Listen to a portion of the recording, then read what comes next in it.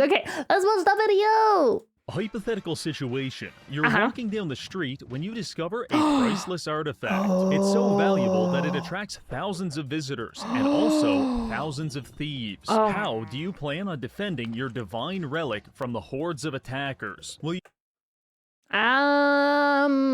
never let them know that I have the relic. Boom!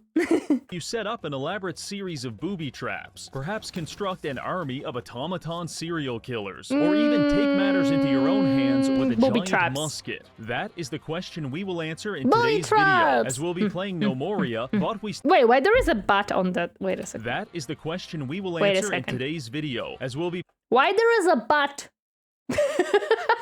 Why this gnome is gnoming without anything? I mean, okay, I'm gonna be honest, at least, he tied it into our conversation about balls and tits very well. He's also thick. Oh my goodness. He's a thick boy. Look at that, 697.1 hours played. Reggie, do you need help? Are you okay? You're 700 hours into this game. Do you need help, my friend? That's a baker dwarf. You can tell. Oh, he owns a bakery. Oh yeah, he has just buns. No one is going to believe you. Ah! Given how small gnomes are, there's like 40% of gnomes' body. 40%. Reggie, those are some rookie numbers. You better add another 1K to that by next video.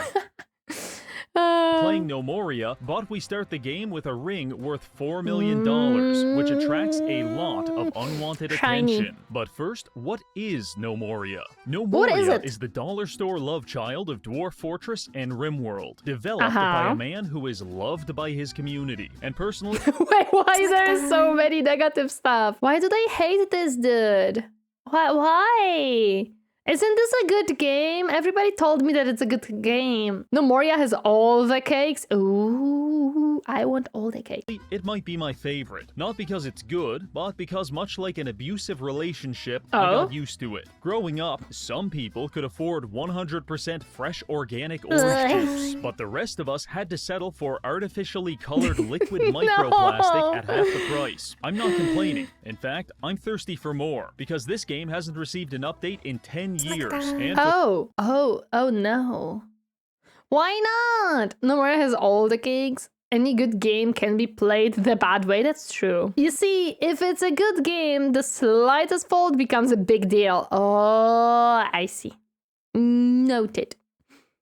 The low price of $5,000, you can even buy the domain. But 5,000 guys, so I think we should, yeah, thanks for the memberships. I did say thank you for the 10 memberships. Yeah, I did thank. Oh, they're still going. Yeah, they are. I remember when on one stream some dad gave 400 or 450 membership. It was going for like half an hour straight. Yeah, I can pause them. Fortunately, I can pause them. First cup of the year. Let's go. I'm gonna talk with the developer. I think it's a bug. What a way to start this year, boys. As always, there is always stuff. Before we go any further, I need to ask you one question. Have you ever wanted to become an intergalactic rogue trader supplying a technocratic state which uses a pseudo-religion to subjugate the human race in an effort to predict the future? If so, that's very strange, but I can help, because this video is sponsored by Foundation Galactic Frontier. This is a brand new intergalactic space exploration game in the setting of Isaac Asimov's sci-fi classic Foundation. This game has strong themes of resource management, mothership simulation, RPG progression, and but it's a mobile game. Become more. I didn't. Thank you so much for pushing text, stretch and hydrate. Let me stretch and head pads. I appreciate. Yeah, but I didn't want to predict the future. I just vibe. we should make sure to buy the Gnomoria domain. And give it updates. Holy Mudfish, there is a possibility for you. You could buy Gnomoria and just start updating it again and fixing it. You're a developer. I'm sure you can handle a game development. It's only like $5,500 to buy the domain. I'm sure it's fine. In space and on the ground. I'm sure that's gonna go very well. Metal Lords was made by one person. Exactly, Gnomoria too, so it's definitely manageable. Rimworld is made by one person. Stardew Valley, a lot of other... That would be next level even for me. Ayo, you gotta grow. Because you're free to make your gotta own adventure. learn. Become a peaceful trader, a research vessel, an explorer, or even a space pirate. But they don't look really piratey. Like, I want a space pirate. I want a space pirate, not a like the. That doesn't look like pirate. Man. Choice is yours. Personal endorsement. Everyone I know or have ever talked to in person, online, or via letter correspondence is currently playing this game, and we all think you're missing out. So don't delay. Make your mark on one of sci-fi's most prolific franchises and try. Family member, why did you buy the domain for 4K plus me? I gotta grow. Listen, yeah, because you see, if you buy it, you're gonna feel guilty for spending as much money as you did on it, and then you realize that, well, now you may as well try to make it better. And to make it better, you're gonna have to research, learn, and do funky stuff so you know it's growth. It must be a good reasoning. Trust her, she's capitalist. Exactly. Trust me, I'm capitalist. I know. Foundation Galactic Frontier today for free on PC or mobile. You can use my link in the description to download the game. What about the space thick gnome boy? Also, okay, that would be funny. Use my code Galactic Reggie to get some extra resources for your journey. Thank you, Foundation Galactic Frontier. Now back to the video. Buy the game, get every single thing that made it a game, and create a new on then engine. Oh my goodness. Now, the first battle we have to fight in this video is against the game itself. The video settings tab creates an illusion of choice, but trust me, this shit ain't going any higher than 1080p. And if you try to use the custom resolution to adjust it, you will be disappointed. Once you've capitulated to the 1080p fundamentalists, we can begin the game, at which point the challenge of this video becomes clear. We start with 8 gnomes, a handful of random supplies, and a ring worth $4 million. That alone is 40 times the net worth of an entire late-game king. Oh, look at that Walmart! Oh, such a pretty Walmart. I use the best information source. Trust me, bro, of course. DeLorean Dream calls Matfish too. Yes. Which is a problem because the game scales enemy raids based on how valuable your kingdom is. Meaning that within a few days, we're going to have somewhere between 50 and 100 fully armored goblins and ogres showing up to kill everyone here. And it's up to us to figure out how to survive. My goal is to hold out for 5 years, but we'll be lucky if we can get 5 years, days. My goodness. So let's get to work. Going into a challenge like this, the optimal playstyle isn't immediately obvious. So I tried a few different survival strategies. Attempt number 1. Our ring attracts I think, well, no, because they can dig, which is an issue. Because then if they can dig, you cannot just like dig yourself in and they're not gonna come. If you build walls, they can just dig underneath them. What if you dig like a, well, no, because they still can dig a, they can dig even in air. They are magical, so that's an issue. Keep the base game plus make it FPS Goblin Minecraft. Oh my gosh. Why Walmart looks like an Egyptian pyramid? I think it was actually Aztec pyramid. Cough, cough, nudge, nudge. But because why not? Wouldn't you go to a Walmart that looks like a huge Aztec pyramid? I would. But, matter of fact, any shop can look like Aztec pyramid, and I'm gonna want to go to it and check it out. Even if it has nothing of value, I'm gonna be interested. Dozens of goblins, but it also attracts dozens of gnomes. So I focused on crafting as many weapons as possible. What if you like hide one gnome with the ring somewhere away and the rest will be a meat shield? Would that work?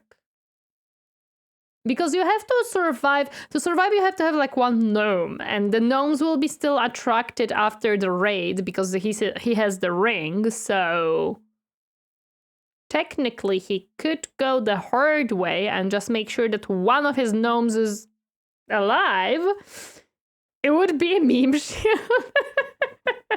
Possible and creating an improvised army to fight off the goblin raid. This was a disaster. I knew it would be bad, but I had no idea just how bad things could get. Within seconds of the armies clashing, our kill feed lit up with every person I had ever known. Punctured lungs, crushed bones, mutilated eyes. Our gnomes never stood a chance. Sometimes maybe booby traps are the way, though. Just maybe. I'm just saying. Maybe that's the way to go. You got to a Bass Pro Shop that is a pyramid shape? Oh, I don't know what that is. I'm now interested. The goblins would even pick up our severed limbs and beat us to death with them. Needless to say, we lost, and we're... I have a question. How the heck do they generate? How the heck? I just want to point out that the developer who was making this game had to actually sit down and think of every single crazy thing that is happening during combat. Like if someone eats someone else's heart, the developer had to come up with it to put it into the generation of the game. Same with using the severed limbs to beat you. This person has an interesting creativity. Nobody gets me like the developer that made this game. Clearly going to need a more creative strategy if we want to survive. Attempt 2. I tried forcing the goblins to path through an underground dungeon, hopefully being killed by the monsters inside. Kind of worked, but it also started a zombie outbreak in my colony and everyone died. Next attempt was a flood tunnel. I didn't know that zombies in this game actually can make zombie apocalypse. That's pretty smart. That's pretty smart. Force the goblins into it, then drain the entire volume of a lake on top of them. This did drown several goblins, but the ogres survived and beat us mercilessly. Damn it. Good. However, it did give me an idea. At the very bottom of the map, under 100 layers of dirt and rock, is tons of molten lava. This same design executed with lava might be what we need to avoid a... Wait, but then wouldn't you lose gnomes? Because you have to get into lava? He really invested in gnome violence? Yes, he really did. Painful death. So let's give it a try. Start generating a new world. Give it a terrible name so no one wants to go there. And then get to work. Quickly no, it's all ogre now. In this corner for its defensive features and access to clean drinking water. The gnomes get to work clearing the forest, establishing some farms, and building a communal sleeping area. I even went ahead and gave them a few piles of grass to sleep on. I want to be clear, I'm not doing this because I care about the quality of their life. I'm doing it because I can extract a higher quotient of backbreaking labor out of them if they're well rested. Speaking of backbreaking labor, right now it's spring day 1. By summer day 3, the goblins arrive. Meaning we have about 15 days to dig to the center of the earth and back. So I'm going to be running these miners around the... That's 15 days? Yeah, no, I don't. A worthy sacrifice? I don't know. In fact, I might just lock them underground. No breaks, no family visits, just mining. What about and whatever food I can push under the... Never mind, there is the food. Crack of a locked door. On to the next issue. Monsters. They typically spawn in unlit tunnels such... Wait. Door. On to the next issue. Monsters. They typically... No, why not give? Investment. Yeah, it's investment, guys. I thought they felt right at gnome working and stuff, maybe. Unlit tunnels such as these, and if we don't start crafting torches soon, starving to death in a mine shaft will be the least of our concerns. So I went ahead and set up a crude workbench to... Was it Dookie on the plate? No, it was a Chimkin. Start production. However, in our quest for proper light... Monsters are not an issue. You can fight them. Fight is good. Well, no, because he has to fight a lot of goblins and ogres. That's the issue. Our main enemy isn't death by zombie outbreak. It's actually death by self-inflicted gunshot wound. Because the crude workbench makes me unreasonably angry. Never before has man nor gnome created such a hellish instrument of suffering. It's so inefficient that I personally... I love that he is just angry. And what stupid thing, and is that something is inefficient. We witnessed a gnome spend 2 days and nights in the crafting of a single plank of wood. And over the next few days, we're going to need hundreds. After several hours of swearing at my computer screen, I managed to... He tried, it didn't work. Must be refreshing after Warhammer 3. True. Knuckle our way into some more efficient workshops, and we began lighting the mine shafts as well as building a kitchen to process our food supplies. Gnomoria boasts a diverse selection of meals to keep our gnomes happy and healthy. However, I fundamentally reject the 24-step process involved in baking a cake. So instead, most of our gnomes will live and die without ever knowing anything other than the flavor of stagnant pond water and poorly crafted fruit salad. This is the path to utopia. With the end of spring quickly approaching, our tunnels are about 90% of the way done. We just need to go a bit deeper, connect them, and then put up some walls, such that the only entrance to our base will be through a 70,000 step staircase that passes through the center of the earth. Summer is upon us, and with that, a new wave of 55 gnome immigrants. Look at them all being hungry and for labor. This increases our population by a factor of 8, which means we've got about 2 days until everyone here is starving to death. This is remedied quite simply. Select the forage tool and highlight the entire map. Then sit back and watch as 55 gnomes scour the surface of the earth like a swarm of locusts, rapidly consuming every apple, dead body, and blade of grass in their path. I can only imagine the mental flashbang of being a tourist in our colony. Hey, welcome to the world-famous Colony of the Ring. Shut the fuck up and start eating these bugs. Once that's done, follow me through the lava tunnels and try not to breathe. The ambient temperature will scorch your insides and kill you, in which case we will be processing your body into sausages. Oh, and in case you're wondering where the bathroom is, it's all around you. Enjoy your stay. Summer Day 4. The goblins will be upon us any minute. Luckily, the tunnels are ready. Here, go deeper, me. I can't make any more steps. All we have to do is knock out a few walls, and within minutes, hundreds of liters of lava will flood these passages. Also, I've had our stoneworkers craft some reinforced doors to slow down the attackers while they burn to death. If we're lucky, this just might work. Suddenly, we receive a notification. There we go. A goblin has just been spotted. Jesus Christ, it's the whole goddamn herd. And they're heading straight for the tunnel entrance. I send a gnome to race them underground and open up the floodgates. The lava begins flowing, and several of my citizens are painfully immolated by accident. However, other people's suffering is a small price to preserve my greed. Shortly after, the goblins rush into the tunnel and begin beating down the doors. They're now standing in the lava, which is killing dozens of them and horribly mangling the rest. By the time they get through the third door, the lucky ones are dead, while the rest are completely blind, immobile, and stuck thrashing about in superheated magma. When a goblin raid suffers enough casualties, they may attempt to retreat, which sounds good. However, we can't let that happen, because there's a chance they come back with a goblin engineer and dig their own tunnel straight into our base. So it's now time for the finishing touch. They're gonna try to dig underneath. Ooh, that's not good. Is this AA? Am I hearing? No, this is Reggie. This is Reggie, actually, not AA. Revenge! While the goblins are desperately throwing their body against the stone doors, I have a miner sneak behind them and remove the stairs that they use to get down here. I can only imagine the look of horror on their face when they attempt to retreat from the lava tunnel massacre, only to look up at where the stairs used to be and realize they can't leave. Actually, that's not entirely true. They technically can leave. They just have to fight their way through hundreds of liters of lava, a pile of dead bodies, and several reinforced stone doors. Which is easier said than done when most of your limbs have been burned off and the intense heat has melted your eyeballs. Regardless, some of them tried, and they got pretty far. But even the ogres couldn't get through the final doors. A few of the other goblins refused this fate and instead camped out in the unflooded sections of the tunnel. That's fine too. There's nothing I love more. He just has to wait until it's done. There's a hell of a pause screen. That's yep. Thank you. Than getting the notification, a goblin has died of thirst. Really makes my day. Either way, by the end of the night, our visitors were dead and our population remained mostly alive. Where did the 11 gnomes go, Reggie? Where did they go?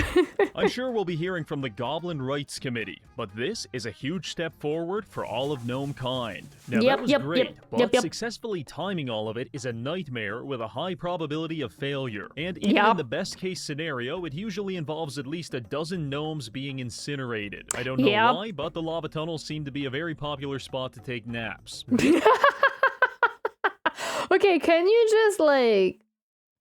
no, he can't. He has to... How does he rebuild the staircase now? Like, he destroyed it and now the lava is everywhere, so how does natural selection on the highest level. So for the time being, we may be safe from the goblins, but soon we'll be dealing with a far more insidious enemy. Starvation. Winter is about 20 days away, and during winter, none of our crops will grow. Meaning that if we don't have a huge stockpile...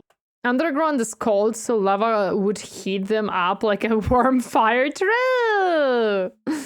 ...of food by then, our population of 60 gnomes will quickly become a population of 60 emaciated corpses. So I get to work doubling our farming infrastructure and producing an industrial quantity of fruit salad. The next goblin raid shouldn't be... The best and most nutritious food on Earth!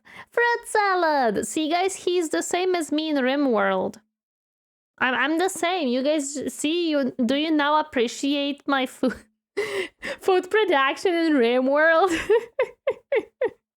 For another 6 to 8 days. In this moment, I genuinely believed we were safe, until I was reminded just how far down the food chain we are. Because when one of our lumberjacks was attacked by a honey badger, I drafted 20 people into a militia and sent them to beat it to death with their bare hands. Little did I know, I was dealing with the strongest honey badger to ever live. 20... Same as me while talking about Reggie.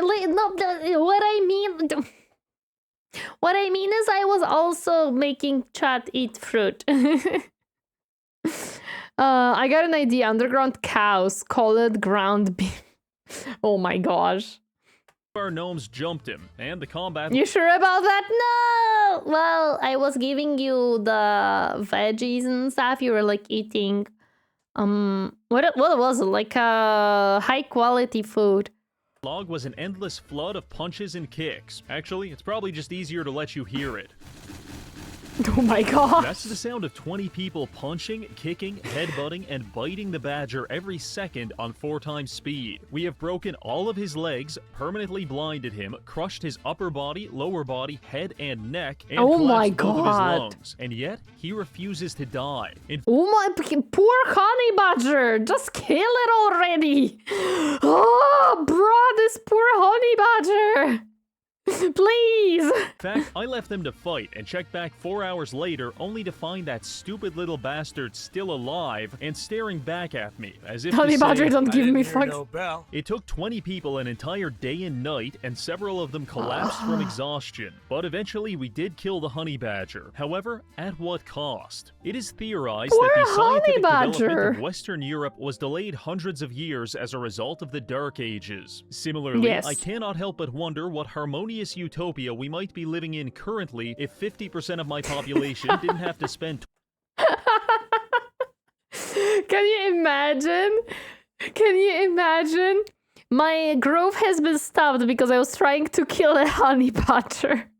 24 hours pummeling a weasel to death. Putting that behind us, I spent the next week setting up a grove to give us a renewable source of timber, and I prepared another lava tunnel for the next wave. This one hit us at the end of summer, and dare I say, it went pretty good. However, the goblin...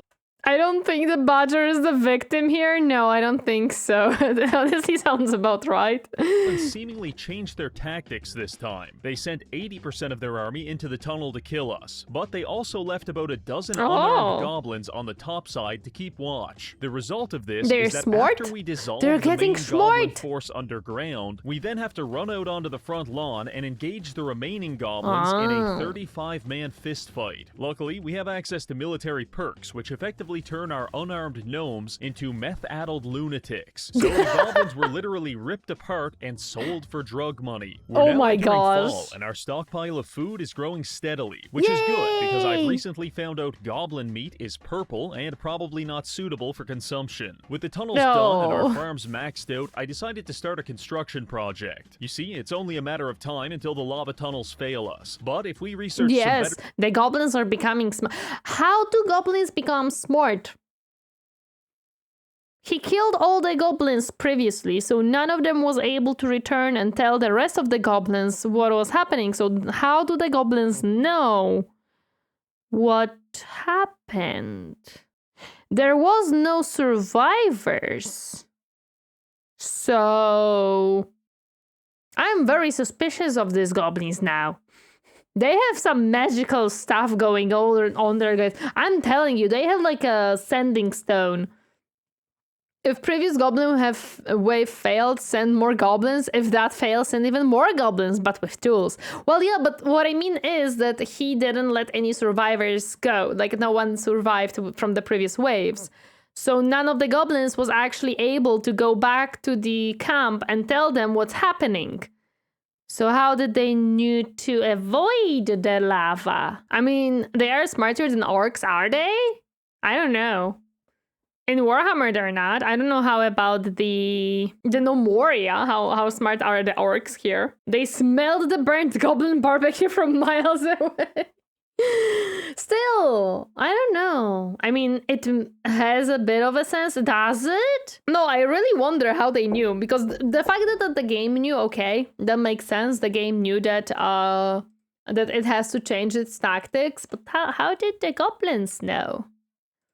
How did the gobos learn? How do they learn? I assume when hundreds of goblins just didn't come back, they figured something was up. Well, yeah, that something was up for sure. I just don't know what exactly was up. Like, but they still wouldn't have a tactic of, oh, we go down there and some of us stay up top. Like, how would that work? That's what I was wondering, right? Like, how would they know to leave some of them up top? Goblin Shaman smoked high grass and had a vision. Ah, there we go. That makes sense. Air player bias? Oh, I know that.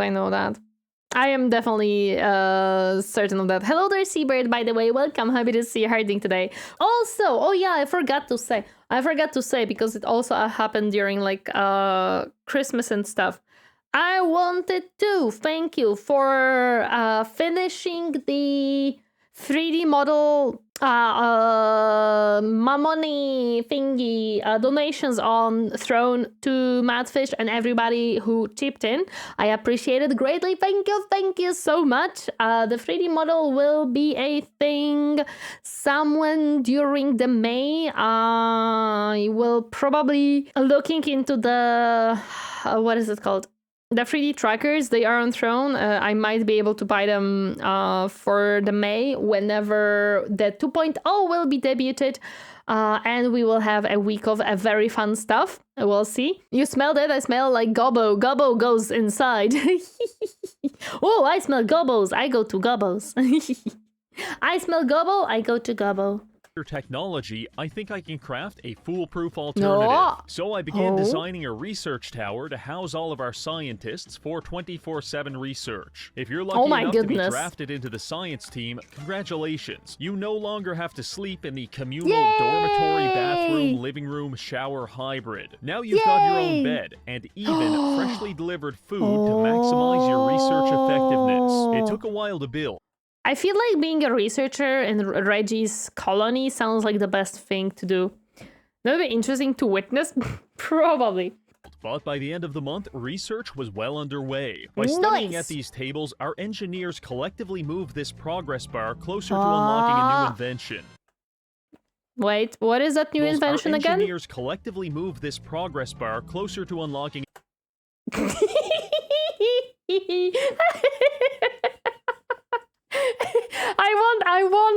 I wonder, Reggie, how does it help fighting gobos? Please explain your logic.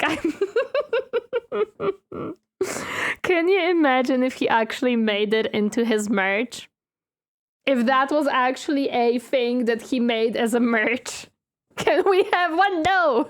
You definitely have fewer ethical restrictions. Yes. No, you cannot have one. Perfect timing for my parents to enter the room and see this front and center in full 55 inch glory. Do you know the meme where you watch a movie or an anime and your parents always come in the most awkward moment when the whole thing is like very docile, but there's this one sexual moment or something and your parents enter at exact that moment? This is your parents' potato. Also, hi, potatoes parents. Hello. I swear we're family friendly.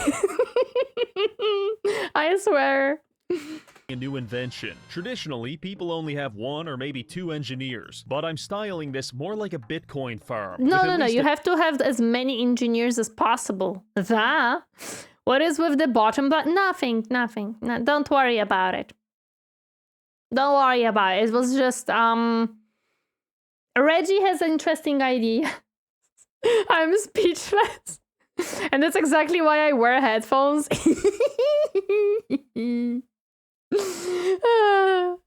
I mean, I am always wearing headphones too, but yes. Oh, you sweet summer child? Am I sweet summer child? Especially considering that I play cruel games quite often. I see. You mean for the 3D tracking?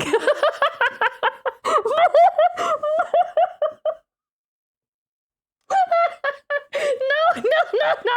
Wait, what? That's not how it works. No. Oh boy, no, that's not XYZ axis. I don't know how you would do freaking XY. How would you even do an X-axis on this? Oh, quite a little too. Leaked 3D model feature? No! It's a very cute model. It's a very cute. Snack time. We are family friendly guys. Remember, family friendly XD. Very. We're talking about 3D tracking. What do you mean? This is why I don't wear headphones to mess with people. Helps to center the mod. No!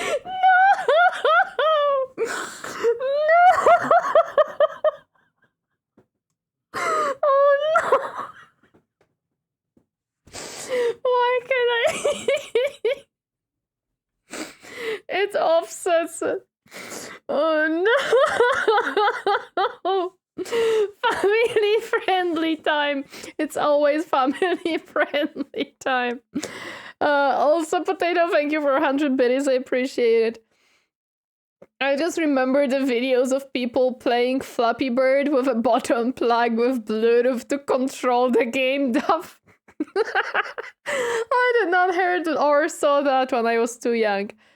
When until this Slanesh man comes. Yeah, but you're already here.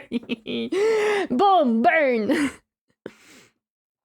Oh, okay, yeah, stabilizer installed. Oh my god. Better pivoting too.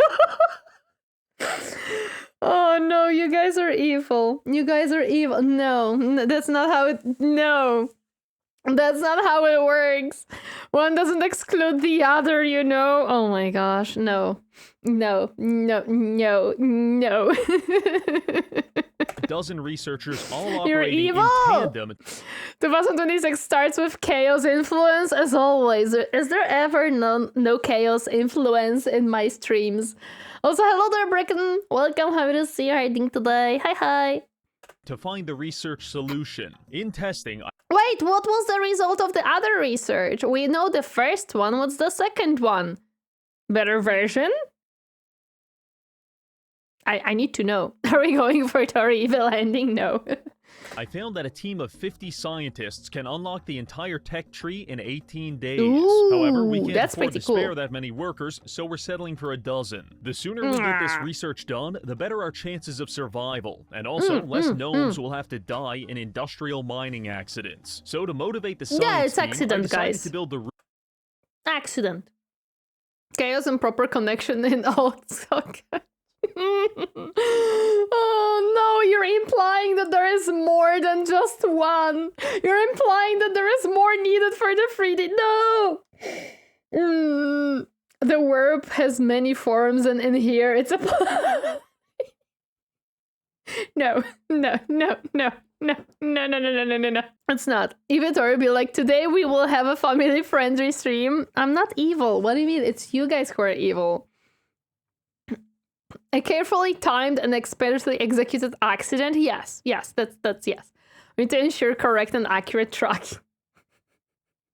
I think the trackers are enough. I don't think there is more needed. roof of the research tower out of straw, and then I designated it as a stockpile for dead bodies. In this way, the collective weight of hundreds of dead gnomes can slowly cave in the roof above our researchers, as blood seeps through the cracks to symbolize not only their impending demise, but also the societal cost of their scientific inadequacy. I would imagine that morale is a complicated... Wordplay. We're playing slots now with the pocket prison. There's always a need for more No! Stop it! No. Topic in the research tower. Winter is now upon us, meaning that apart from butchering some yaks, we won't have any more food coming in for the next 12 days. This seemed like a good time to strike up some international trade, so I opened up the diplomacy menu and found a nearby kingdom specializing in agriculture. First, we have to host a diplomat from this nation. Then, as long as he's impressed, he'll stay. And as long as he stays, we can trade. A few days later, he shows up. A gnome...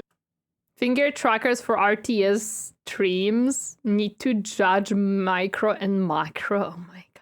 Ambassador from the Kingdom Super Drip. Unfortunately, we haven't finished building his bedroom yet. So far, it's a completely unlit dirt pit with a pile of grass for a bed. He would not be impressed. Until a yak wanders downstairs and starts eating it. So every night the diplomat goes to sleep, he has to spend hours wandering around the darkness trying to find a bed that might not even exist while dealing with the psychological torment that he could be gored by a wild yak at any moment.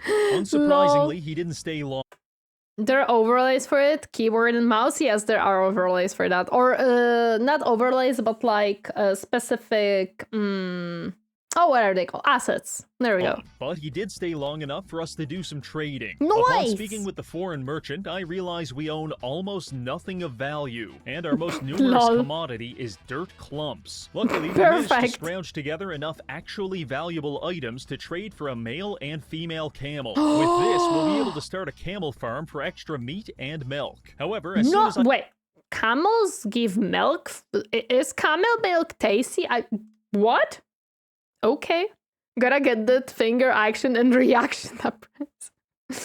No! Stop Luxembourg! No! Average small house experience. Taste a bit dry. Oh, interesting. I completed the trade. One of my butchers... Mammals give milk. I know that mammals give milk. Yes. I know. I just didn't know that people actually drink camel milk. Similar question to why is there Centigore milk for Grom? Yeah, I'm pretty sure mammals give milk. No way. There's a delicacy, I see. Stole a camel, ran to the kitchen, and butchered it before I even realized what was happening. That camel cost 1,000 gold and several sexual favors. And now... Camel! No! It's going to be a fucking sandwich. Sometimes I think these people don't deserve to survive, but I push on. On the topic of survival, isn't there probably an option to turn off which animals they should not butcher, Reggie? I would assume that there is like a filter and you mark camels no, like in RimWorld. No? Oh, okay. winter is actually going quite well. Going into this, I was prepared to lock half the population in a cave and let them starve to death if need be. But we're about halfway through the season, and we still have 75% of our food left. So we'll save the cannibalism for another day. The rest of the month proceeded relatively smoothly. Our researchers came up with their first inventions, such as a hand crank, spike traps, and levers, which are all— What? Spike trap time! Let's go! That is something Tori would do. Wait, what? No, I would never. I mean, I would mark not for butchering, yes. Useful tools, but we need to go even further. We need I spent the season refining our lava tunnel design to reduce the gnome fatality rate. Unfortunately, some goblins did manage to sneak into the base and kick the shit out of one of our camels. Now, wait, one of them? Do you have more camels? I thought that they killed the second one. Where did the third camel come from? Was there a baby? Oh. Did not deny the starving people, but check out. No, I would never starve people. What do you mean? One thing you don't do in Gnomoria, it's fuck with another man's livestock. Up to this point, no, I've you been do treating not. these little skirmishes as friendly fist fights between rival soccer teams. But now... They humped. Only boars? Yeah, we don't start... Well... Not on purpose. I would never. I would never. They've gone too far. As we speak, I'm building a weaponsmith. And next time, we're going into this fist fight with a goddamn battle axe. We made it through the winter with about 20% of our food remaining. And we spent all... If you spell the word drawer backwards, you get a reward. Hi, Cozy Woozy. Welcome. Happy to see you. What's my reward? Is it a cookie? Do I get a cookie? Is that my reward, a cookie? I got a cookie. Spring and summer researching like our lives depended on it. The only notable occurrence during this time... The reward is drawer backwards, damn it. I know, but I hope that for reading it, I would actually get a reward, like a physical one. Maybe because... I don't know actually why. Was when this one guy got pushed into the river by some goblins. Gnomes have the approximate density of a tungsten cube, so he didn't survive. However, a much greater and less hilarious tragedy was already looming on the horizon. That is the great slowdown of Fall Day 1. No! I was playing the game normally, commanding my gnomes around in a form of pseudo-slavery. Not the FPS drops! No! Though I'll be sharing some jokes about library books, they're long overdue.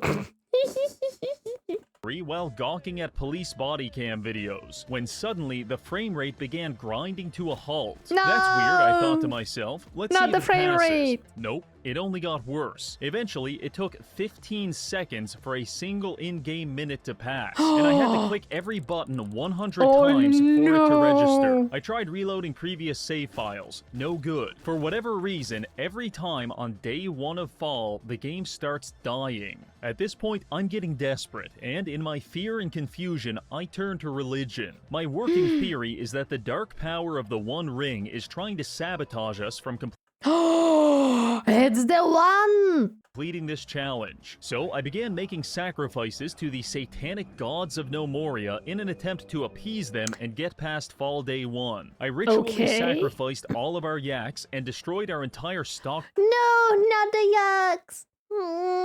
Poor yaks. Pile of food. To my surprise, this actually worked, but it only got us to Fall Day 2 before it started slowing down again. The fact that killing the yaks helped implies that the game was slowing down due to the number of AI, so I decided to take a shot in the... Yucky, yucky, yuck. Average pillow fort activity? No! I like yaks.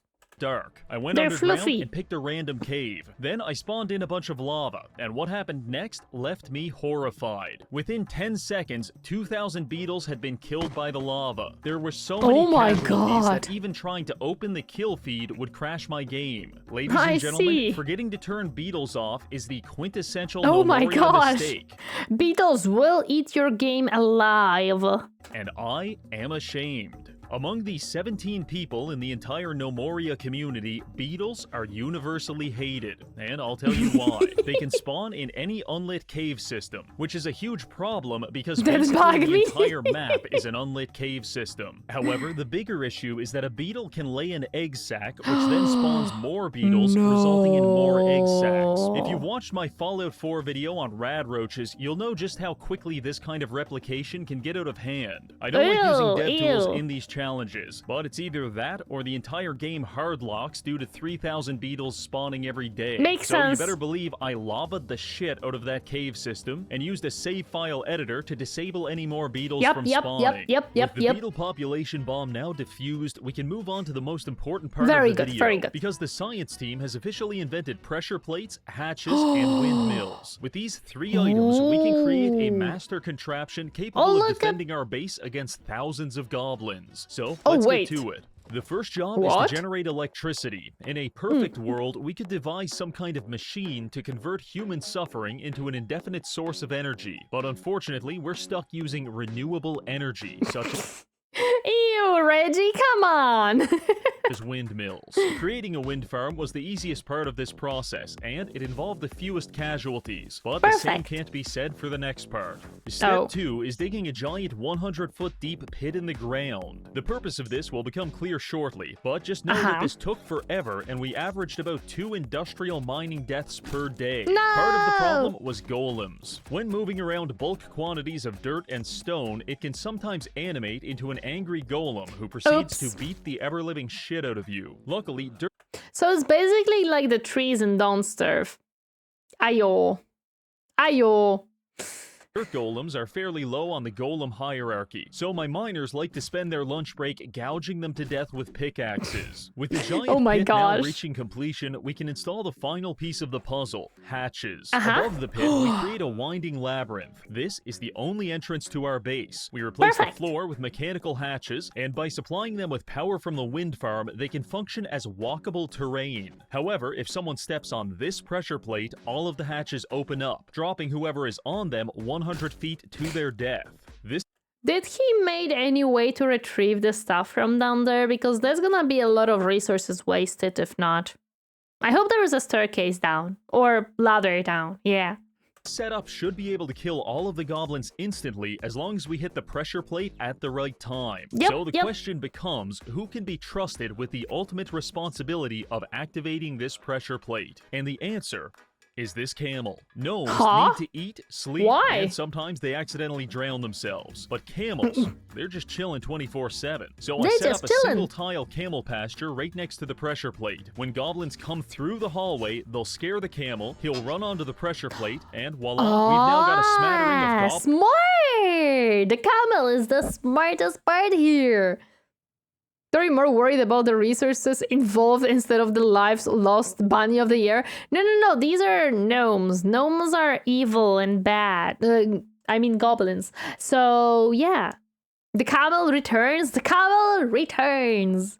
Goblin corpses at the bottom of a mine shaft. That, ladies and gentlemen, is my plan to get us through the next 3 years. However, many ideas are great in theory, but it's not until you test them that you can actually be sure, which leads us to Winter Day 3, the next goblin attack. 50 of them start funneling through the hallway. 3 or 4 gnomes rush out to meet them in an apparent suicide attempt. After obliging, the goblins continue into the final section, scare the camel, and get a free lesson in skydiving. Bonk. That was pretty good.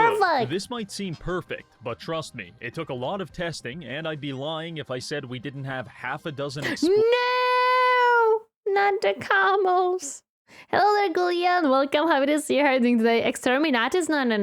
It's not Exterminatus. Come on. Loaded camels at the bottom of this mine shaft. Additionally, I get extremely anxious seeing my gnomes entering and exiting the base, knowing the only thing standing between them arriving at their destination and getting executed is the judgment of a fucking camel. However, that doesn't seem to bother the gnomes, because they regularly choose to fall asleep on the hatches for hours at a time. There are two ways to look at this. Either there's lead in our drinking water and my population has severe brain damage, or they worship the camel as some kind of protector deity. And I mean, it makes sense. This camel is the only thing that saves them from the goblins. So it is a deity, almost. Sleep on the hatches to prove their devotion to him. Yeah. I choose to believe in the latter, because it makes me less frustrated when the camel wanders off to find food and 7 lumberjacks fall to their death. And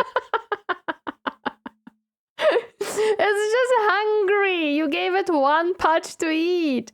another issue with this design is it requires more electricity than our wind farm can produce. So we had to use a coal generator. Thing works great until we run out of coal, and well, you get the idea. This leads me to my next point. Coal and monsters. We can produce some coal ourselves at these furnaces, but for the amount we need, we've got to do a lot of mining. And whenever you mine, there's a chance of zombies spawning. With the goblin... Oh, and then the zombie apocalypse happens. Oh, I understand the problem. It's easy. We have to just get some zombie cure stuff. Yeah? Hump days, you know what I mean?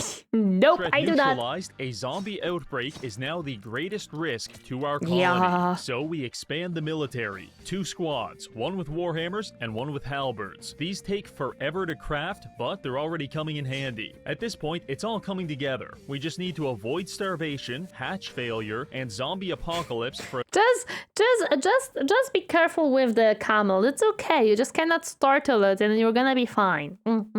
Another 3 years, and the challenge will be complete. So I put this shit on quadruple speed and start passing the days. More goblin waves hit the base, and we refine our technique. We've now got about a 95% success rate on the hatches. Nice! And whatever goblin survives is usually mobbed by gnomes until someone bites the lungs out of their chest. Oh my gosh. If pinning down a naked goblin and eating the organs straight out of his rib cage isn't utopia, then I don't know what is. Speaking of, as president of this wonderful colony, I'd like to introduce my platform for year 3, Goblins, as a form of recycling. After a few months, we had accumulated hundreds of mushed up goblins in the pit, but by... Wouldn't that also kill the frame rate? You can burn them, right? Employing several butchers, we can process them into a reliable source of nutrients. I've also found that ogre leather can be turned into a variety of clothing and even that's furniture. pretty useful. Some people call Ed Gein a sicko. I call him an environmental visionary. Okay. Hump Day is Wednesday. That's what they are called. Camels have humps on their back. Ah, I understand. Okay.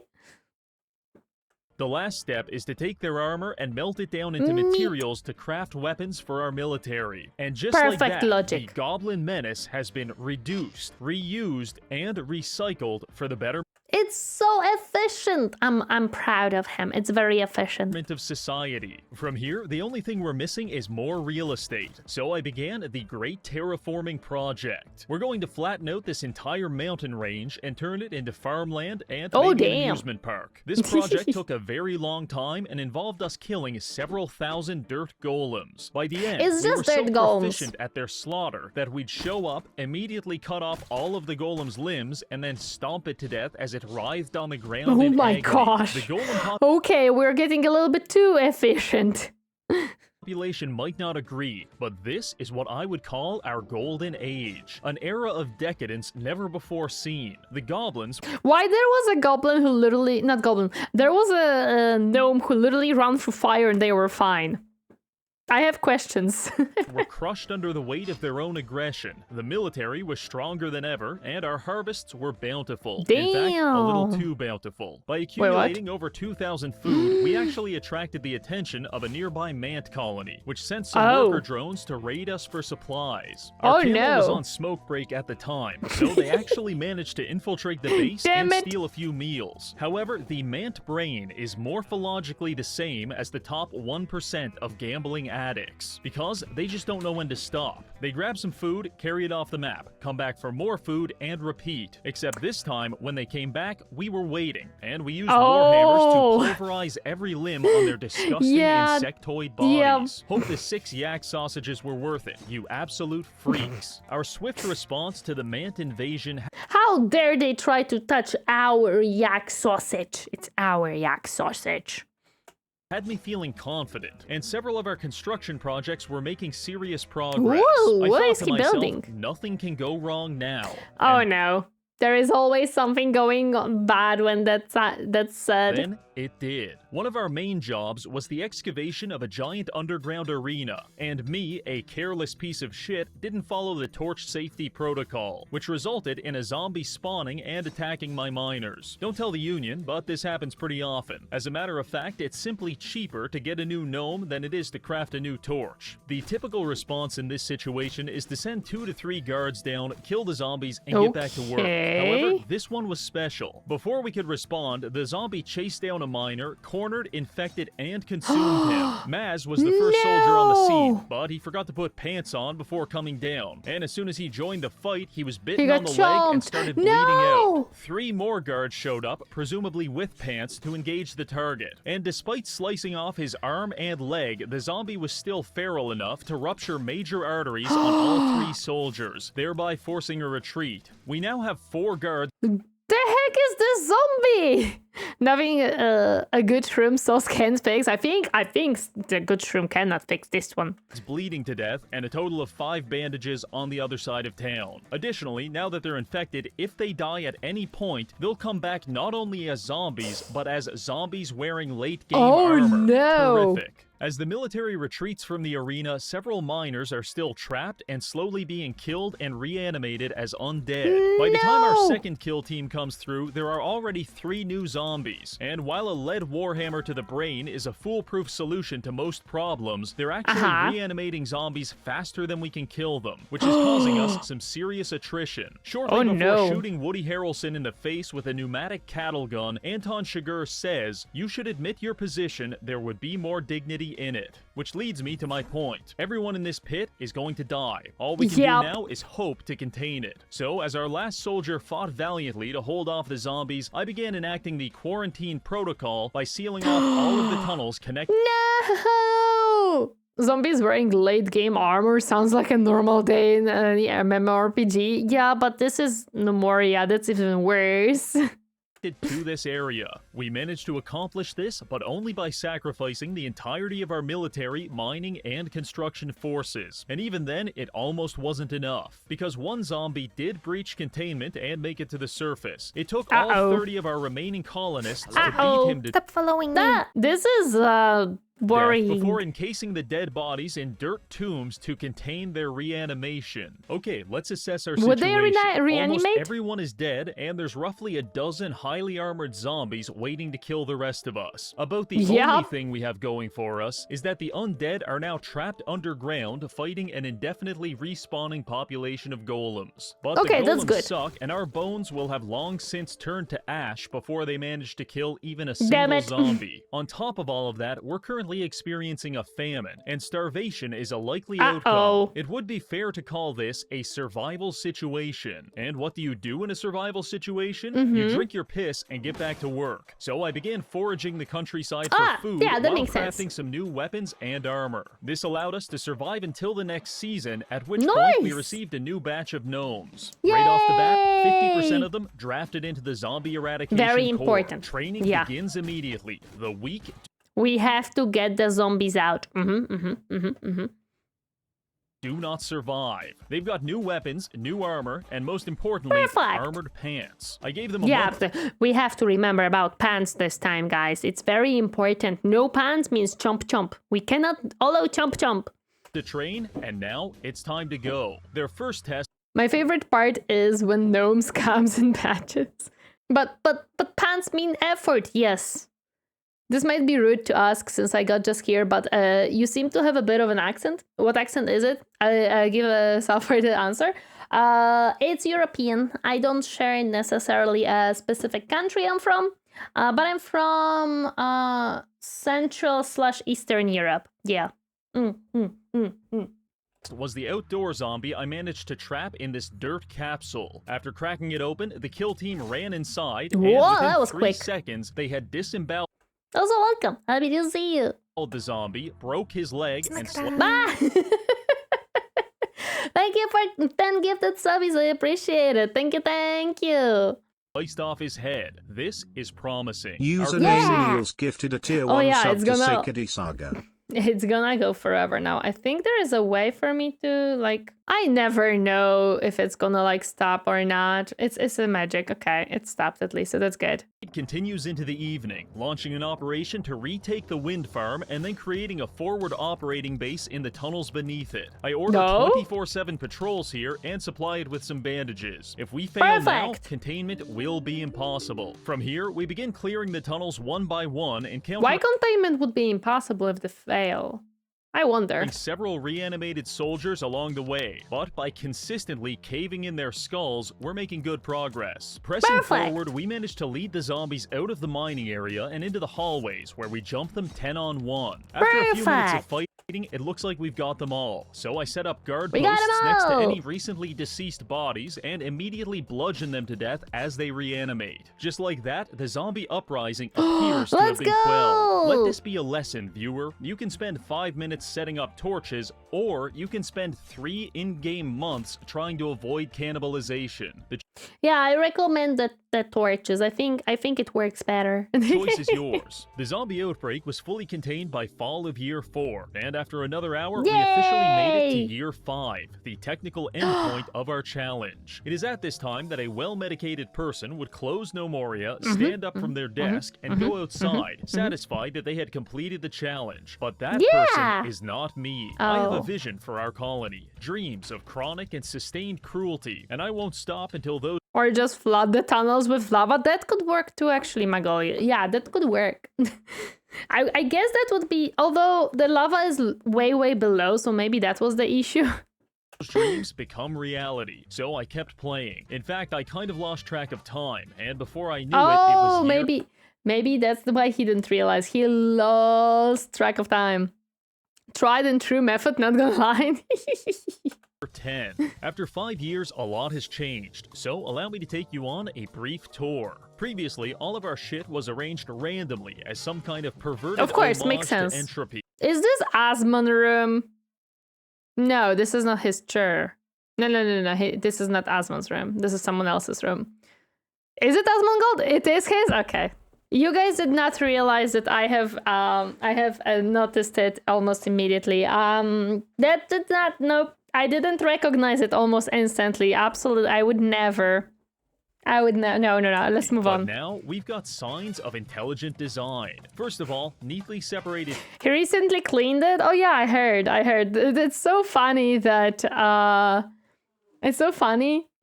every time Asmon cleans his house or his room, it's like a news on Twitter and YouTube and stuff, like, oh, Asmon cleaned, guys. Did you hear that he actually cleaned his room? It's so funny. It's so funny. Every time he cleans his room, it's like news flash. fields for farming. A brand You know what? Maybe we should make it for everyone. Maybe it would make people happy to clean. Like, guys, I vacuumed today. Can I get newsflash for that too? Every time Asmon cleans his room, a new hole is created on the ceiling. It's an event in and of itself. Yes, it is. brand new 2-story kitchen, a luxury hotel for Ooh. housing diplomats, a market You always clean? No, that's not true. I clean the kitchen a lot because we cook, so there is always a lot of dishes to wash. I vacuum once a week. Well, you know what? Take the complimentary. It's not a compliment from Captain, actually. It's not a compliment from him, believe me. never before seen. The Goblins were crushed under the weight of their own aggression. The military Wait, oh was no, stronger I accidentally went back on the video. That is on me. I don't know why it happened. I'm sorry. I clicked something on the keyboard and it borked stuff. I think she always cleans. I hate it. a brand new 2-story kitchen, There we go. a luxury hotel for housing diplomats, a market square for That sounds international trade, awesome. a public park to facilitate gays. There is a public park. Oh my goodness, Reggie, you're so nice. Sex, several new Wait, what? market square for international trade, a public park to facilitate gay sex, several new Never mind, never mind. I take back the compliment about the park. I take it back. I'm sorry, I take it back. I take it back. I take it back. Never mind. ranches for emus, alpacas, goats, and yaks, a cemetery with 600 dead gnomes stuffed into like 30 graves, and finally Damn. a budget Yeah, my night is ruined. motel for all of our farmers. Just don't mind the dead migrant worker on the second floor, or the one on the roof. Been meaning to peel him off for a while now, but I think he's long since fused into the grass. What you may happened? Be thinking, damn, Reggie, you really spent 5 years building all of this? To which I reply, no. This took about 6 months. The other 4.5 years was spent designing the Goblin torture chamber. Oh. Please, follow me underground where no one can hear you scream. I'll explain there. For the first 5 years of this colony, we were tormented relentlessly by the Goblins. Yes, And because they wanted the one and only ring. The park make a home into a gnome. Oh my gosh. I realized that the instant death of hitting the ground at 90 miles an hour was simply too merciful. So I built something special just for the goblins. Let's work through a hypothetical situation. You're a sadistic inbred goblin that attacks my colony. After Oi, they might not be inbred. You don't know that. I think. you finish smearing shit all over yourself because you're a disgusting creature, you make your way to my front gates, at which point you get filtered by the camel. However, unlike your predecessors, you do not drop 100 feet to your death. In fact, you drop 10 feet into some kind of collection chamber. You're stuck. Oh. But not for long, because I have carefully and painstakingly designed 6 different paths for you to take, which could lead you into my colony if you survive. And depending on which lever I pull in this control room, one of those paths will open.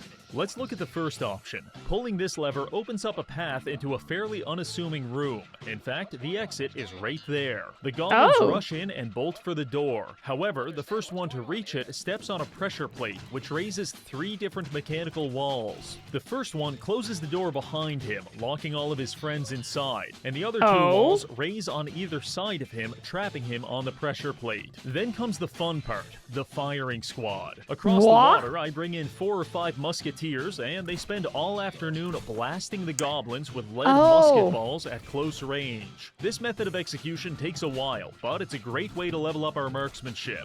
Yeah, makes sense. I mean, it's a good practice, right? Very practice. Maybe they reproduce through spores. Who knows exactly? Who knows? It's all done, we go in, collect our recycling material, and it's ready for another group. But maybe you don't get that room. Maybe instead, we open up this path. It leads the goblins into a series of trap doors, which then deposit them in an underground pit. This doesn't seem so bad, until I have my engineers activate a series of electric pumps, which begin pumping molten magma from the Earth's core up a series of carefully excavated tunnels and directly into the goblins' room, cooking them that makes sense. and all of their ogre friends to perfection. In terms of low maintenance and high suffering, you simply can't beat the Goblin Cooker 9000. Now, of course on to the next not. It's the best cooker on the market, guys. I title this one Death from Above, and you'll soon understand why. It begins as a long hallway outfitted with a series of pressure plates, 60 feet above which we can observe a string of anvils resting on mechanical hatches. So our goblin friends come through the hallway and hit the pressure plates, causing 900 pounds of lead anvils to instantly crush every bone in their body. I also tried experimenting with other objects such as concrete pillars and brick slabs, but there's just something iconic about the anvil. It's just, come on, it's an anvil. It's always the same. Now, unfortunately, we do have a limited supply of anvils, so if you survive that first part, you will proceed into the next room where you realize we still have more than enough to kill you. The most agile goblins may be able to avoid this Looney Tunes-style execution, at which point they proceed upstairs to even more pressure plates. These ones don't drop anvils, they drop you. And as a goblin plummets 70 feet to the ground, they have 2 possible outcomes. They either hit our limestone floor at 45 miles per hour, or If they're Oh my feeling gosh. particularly funny, they'll land on top of another goblin, killing both of them on the spot.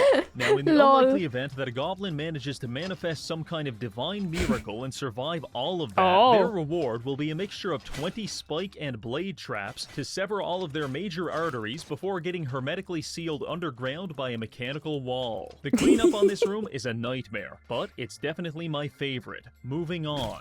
For this next room, I wanted some... I think that like over half of his current playtime is building this. I think that over half of his current playtime in this game is building this specific systems, because I am 100% sure that it took him a very long time to A, build it, B, plan it out, C, test it, and rebuild it. I'm almost certain. Something simple and psychologically devastating. So I took inspiration from Chinese water torture. Here's how it works. No, the I goblins hate get it. caught in our collection chamber, head through the 4th door, down the hall, into another room, before finally falling into a very basic pit. There is exactly one torch and no escape. In each corner of the room, I have assembled the 4 fundamental elements of Gnomoria: earth, wood, metal, and wheat. In fact, we have about 1,000 of each, meaning that several times a day, these piles will animate into golems and attack the goblins. The goblins will, of course, kill the golems, but that just drops all of the materials back on the floor for the golem to respawn in 5 or 10 minutes. The torture isn't necessarily getting beat up by golems. It's not knowing when they'll strike next. Sure, they may be dead now, but the second you close your eyes to rest, the very dirt itself may manifest into some kind of vengeful construct. Replaying story-based games with build variety is probably the most ambiguous thing on the planet, because in order to test your new builds, you have to go through all the dialects once more. Yep. Wheat or weed? I think wheat. And flatten your windpipe like a piece of paper. And no matter how many times you strike him down, the golem will always come back. These goblins will never sleep, never eat, and never drink for the rest of their lives. Slowly, they will fall to the golems one by one until they have all been assimilated into the category of the inanimate. The 5th torture room is also relatively straightforward. Here's how it works. It kills you.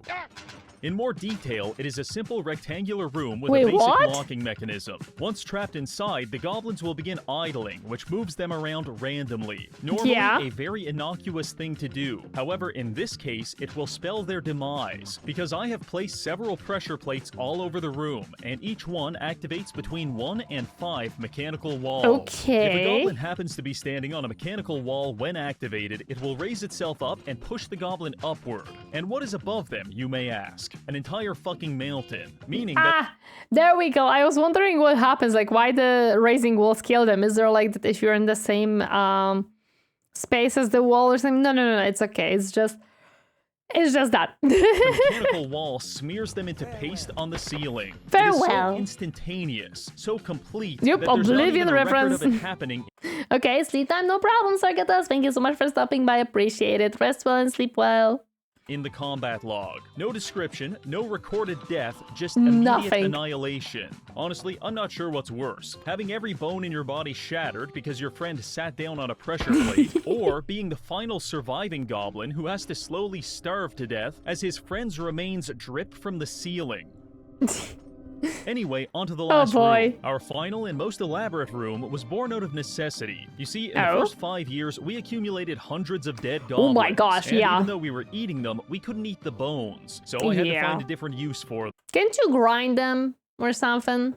As our goblins proceed through the 6th door, they will descend a flight of stairs before arriving in a white hallway. On their left and right, they will observe a dozen anatomically reconstructed goblin skeletons. And with each step forward, they will hear the unsettling crunch of walking across a floor made out of goblin bones. At the end of the hall, their destiny comes into view. A full-scale gladiatorial arena outfitted with the hundreds of skulls of their predecessors, watching them ominously as they descend into the fighting pit. Once inside, the goblins are locked in the arena, at which point their presence will lure dozens of undead from the underground spawning cave. And so begins the show. Typically, the goblins are up against skeletons and zombies. But if you're willing to crash your game, you can also make them fight an infinite supply of beetles instead. And while this room may not be the most creative, it does have a certain theatrical vibe that appeals to my delusions of grandeur. All in all, pretty fun.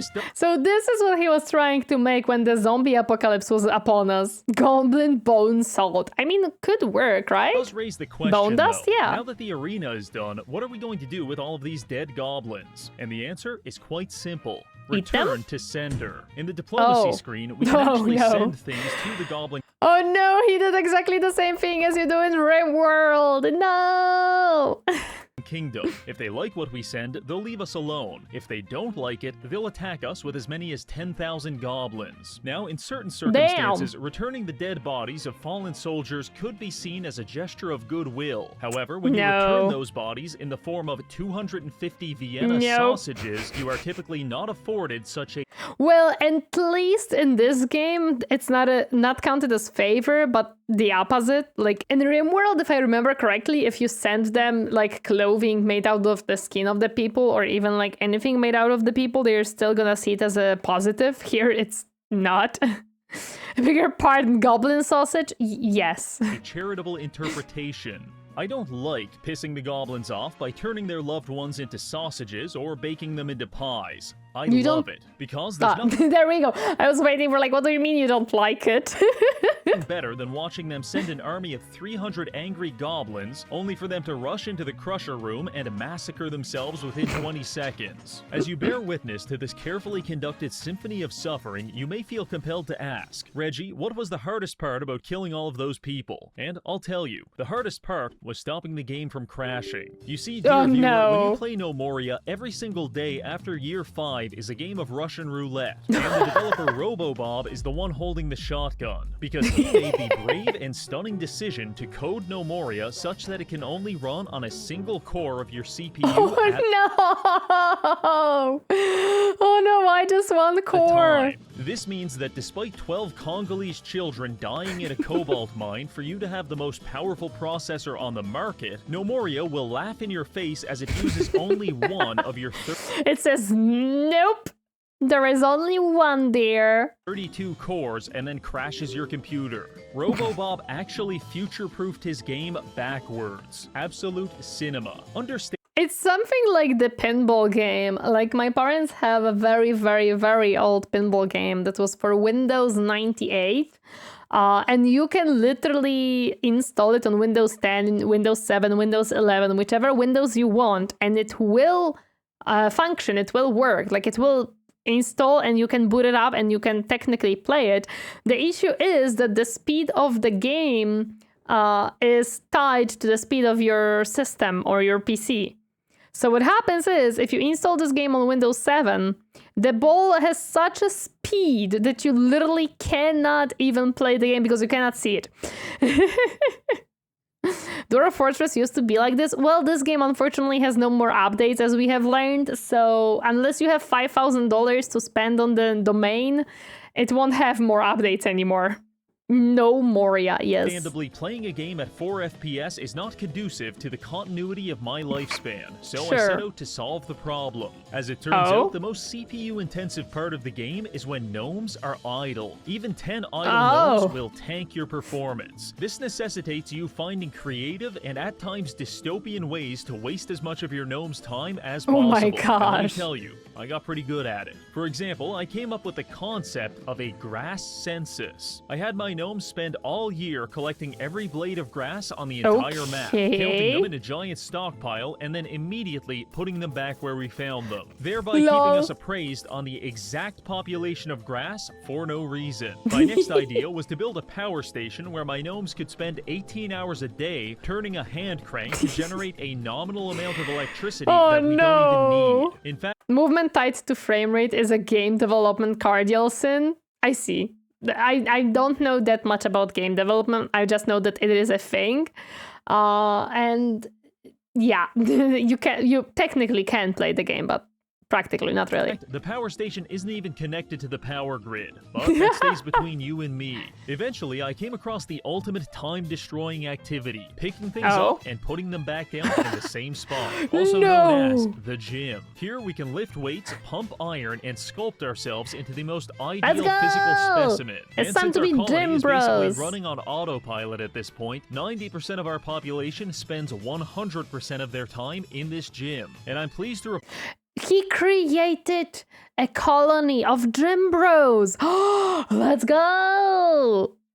Happened a lot since when they idle, they check every X frame if there is anything to do, and that's what crashes the game. Oh, okay, I see what you mean. The game is now running not too bad. Strictly speaking, I didn't have to put this in the video, but I find it incredibly amusing that the solution to 15 years of terrible optimization was simply going to the gym and getting sick pissingly shredded. So where does that leave us now? Well, we've protected the ring for 5 years, constructed a Saw-style series of torture chambers, got absolutely ripped, and I've even created a fully robotic police force to patrol the streets and beat up homeless people. In conclusion, I don't think it's physically possible to beat this challenge any harder. So, Gnomoria, excellent game. I will never be playing it ever again. Thanks for watching. Okay, it's fair. I understand why he doesn't want to play it again. It didn't had a update in 10 years, and it's frustrating when it's probably pretty frustrating when it just crashes constantly. So I can understand, but that was a good video. That was a good video. I really... Frickin' Reggie